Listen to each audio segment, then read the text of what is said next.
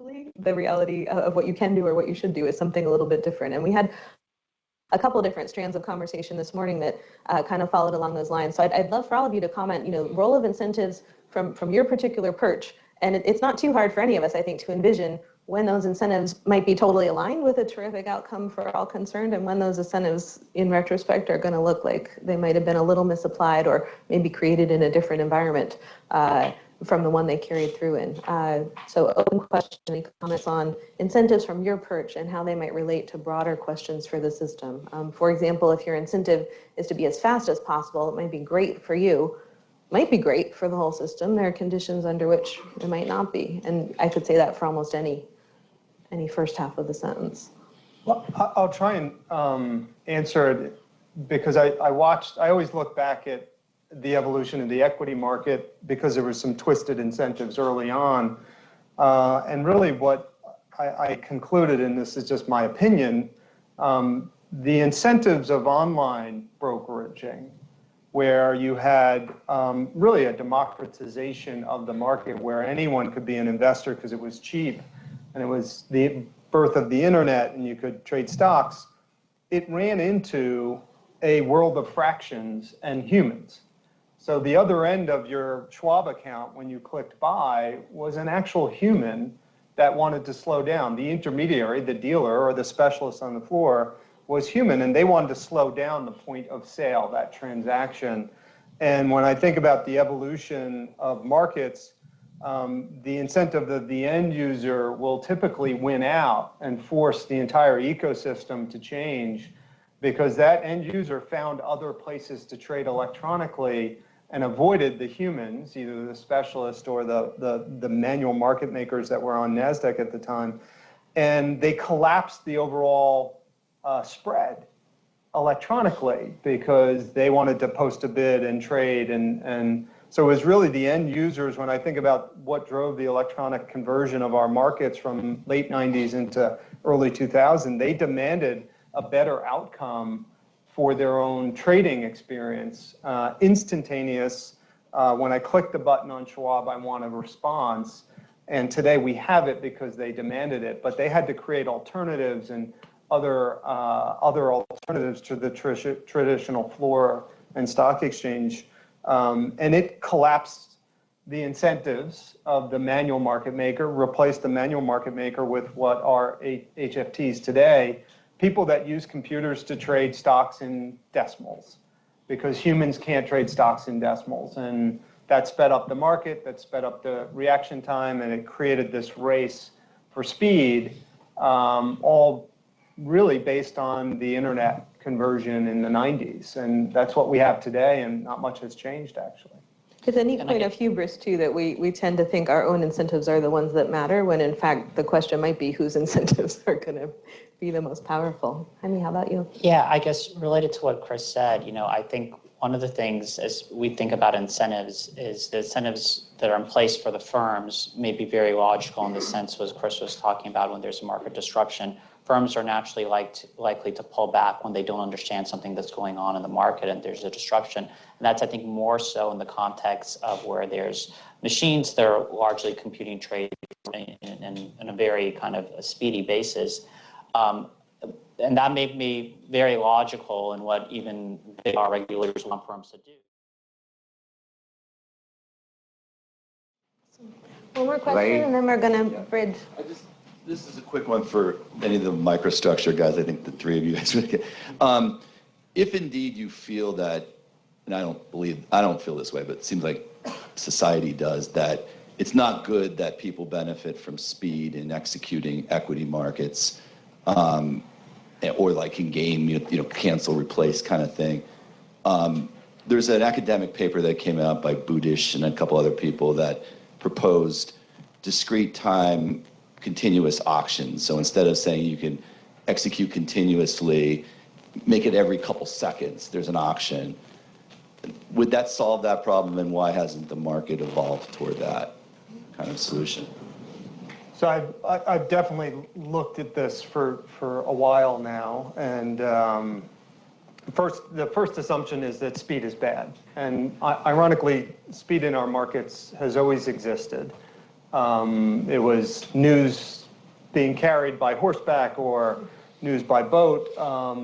It's always existed. So the race has always existed for information. And so there's no way you're going to outlaw that race. I used to joke with the folks at CME, if they could just move their market from Chicago to New York, we wouldn't have all this network problem. And they thought, that New York should move to Chicago. So you have to assume that speed is bad first, and by definition, I don't think it is, and you'll never outlaw because we have financial markets everywhere, interconnected everywhere. And then the concept of auction, the irony there is you'll have a race to the auction because there's a front of the line at the auction, and there's gaming at the auction as well. And so if you know the history of markets, it was originally an auction market, continuous auctions throughout the day, and it was the competitive markets, new markets were formed that competed and had continuous markets. And that's when, like the New York Stock Exchange, the original form of it was auctions throughout the day that they would hold.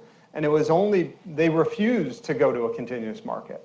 And it was the competing markets that forced them to go. So it really doesn't solve the problem because even within auctions, you have racing and race conditions around data and informational advantage. But I think the theory is that for some reason, again, I don't necessarily describe this, but it's important that as information that's relevant to price gets disseminated, whether it's disseminated to a couple people or a lot of people, that can quickly be incorporated into price.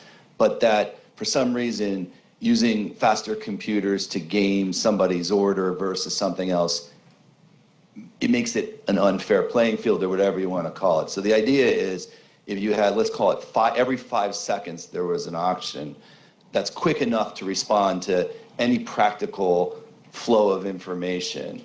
Whereas, microsecond by microsecond, there's not. So that the idea is to dial that time between auctions at the right spot that they react quickly enough so investors or market participants can execute on their information, but that computer guys aren't picking that off. So, it just seems like it's a solution if that's indeed a problem. But maybe you're saying that collectively we don't feel that's a problem. Well, the problem is, think about saying it news. shifts the problem to News the and problem. information has to then ascribe to every 5 seconds. Yeah.